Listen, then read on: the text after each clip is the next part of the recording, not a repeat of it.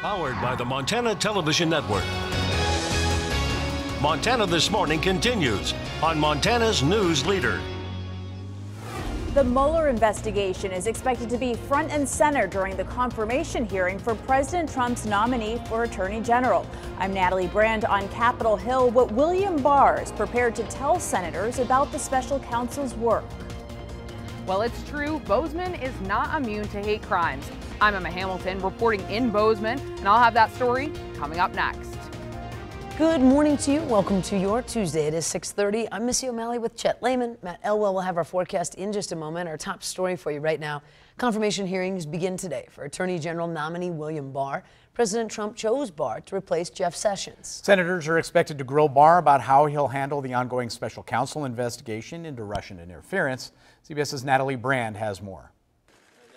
Attorney General nominee William Barr is prepared to tell Congress he believes special counsel Robert Mueller should be allowed to complete his investigation into Russian interference in the 2016 presidential election. In prepared testimony, Barr says, if confirmed, I will not permit partisan politics, personal interests, or any other improper consideration to interfere with this or any other investigation. Barr also says it's very important that the public and Congress be informed of the investigation's results. South Carolina Republican Lindsey Graham, the new chairman of the Senate Judiciary Committee, will lead today's hearing. I think he's an outstanding choice, but I wanted to be challenged. I know it will be. I just want to be respectfully challenged. Barr is expected to face fierce questioning by Senate Democrats concerned about a memo Barr wrote criticizing the Mueller investigation, arguing that the president should not be forced to submit to questioning by the special counsel. There's many issues of importance, but one of the most important is,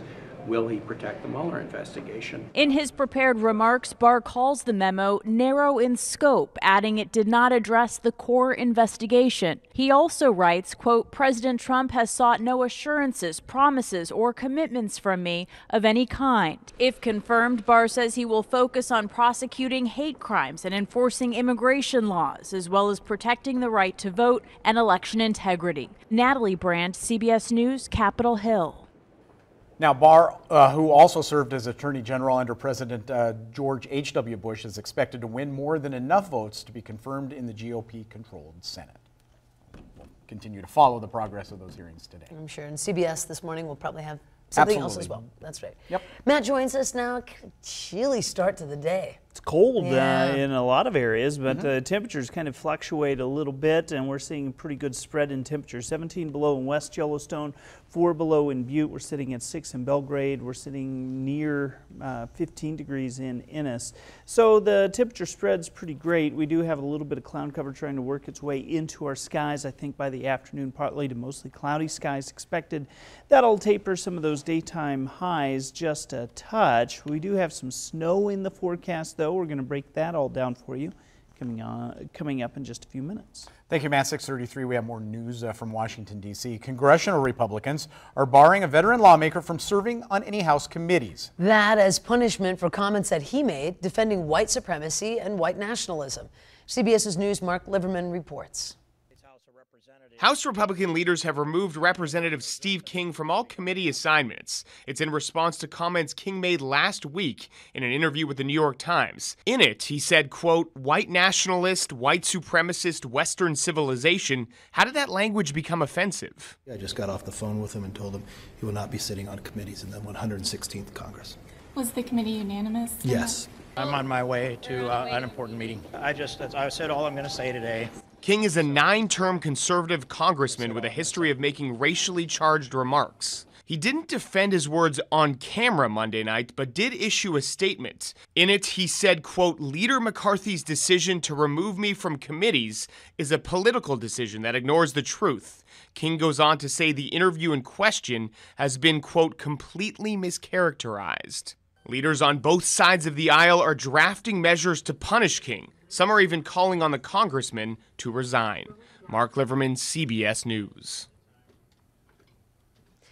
Now, President Trump, when asked about the controversy, offered no comment, saying he hasn't been following the story.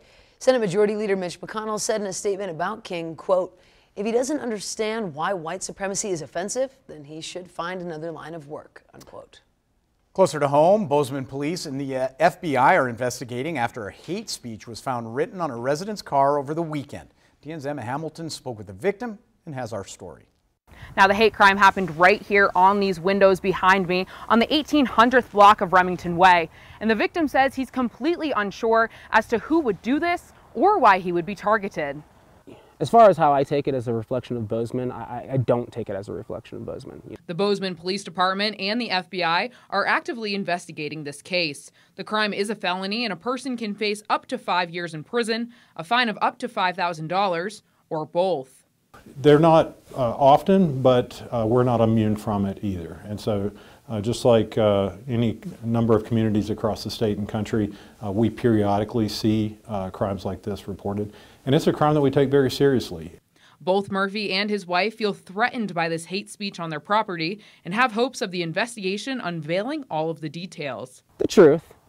That's very important. Understanding the nature of this action, whether this is an actual representation of a hate group or whether this is some sort of act of intimidation or whether it's a prank. The scale of which is important for us to know as any community, so that we can respond to it appropriately. I just think that it's important for all of us to remember that we're neighbors and that we're all human and that we have to watch out for each other. And when these sort of things happen, you can't shy away. You involve those around you and let people know as a community that something like this exists so that we can address it as a community. The Bozeman Police Department encourages anyone with any information pertaining to this case to give them a call at 582-2000. Reporting in Bozeman, Emma Hamilton, MTN News. In other news, in the Bozeman area, a Bozeman woman accused of leading police on a high-speed chase on Saturday night before crashing into another vehicle appeared in Monday morning Gallatin court yesterday.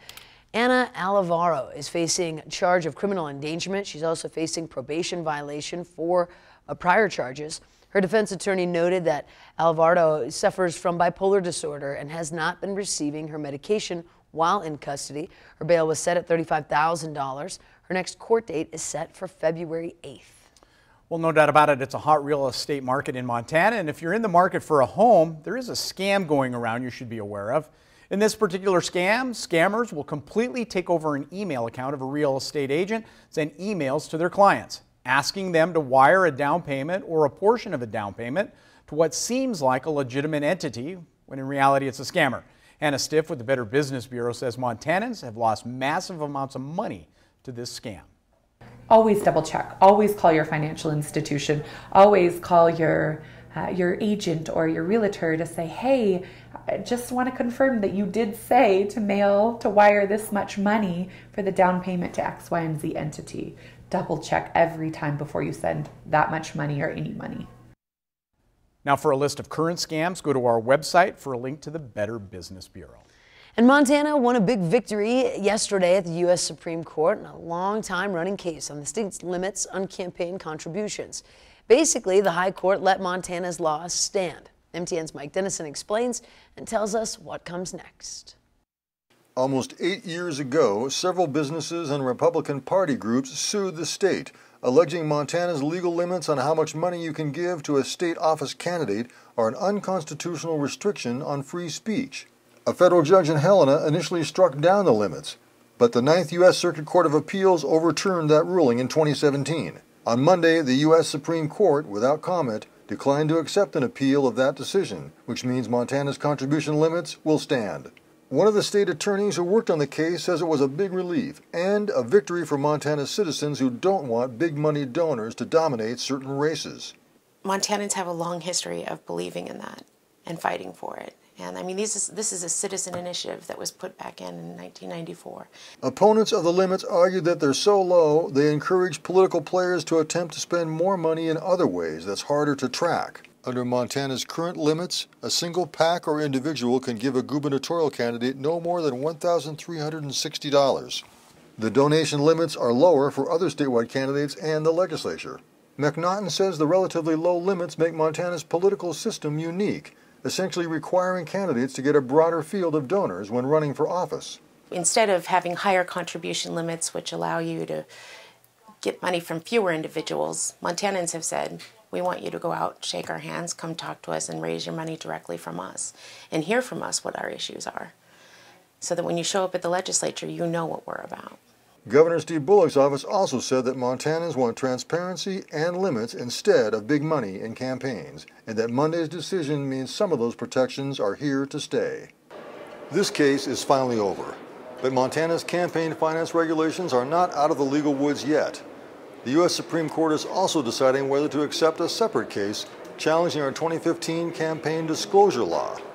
Reporting from Helena, Mike Dennison, MTN News.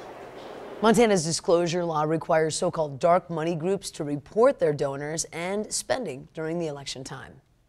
So there you go. Absolutely. Big win for Montana. It is time for a quick break. Here's a look ahead on Montana this morning, as well as CBS This Morning. It has been 10 years since the miracle on the Hudson when a commercial jet landed in the Hudson River. I'm Kenneth Craig with one passenger's story and how it's still affecting his life today. Good morning. Ahead on CBS This Morning, investigators reveal chilling details about the abduction and 88 days of confinement of 13-year-old Jamie Claus. We hear from healthcare leaders about how Jamie's community can help her heal. And seltzer is becoming America's drink of choice. The new flavors and products helping the multi-billion-dollar carbonated water business bubble over. See you at 7.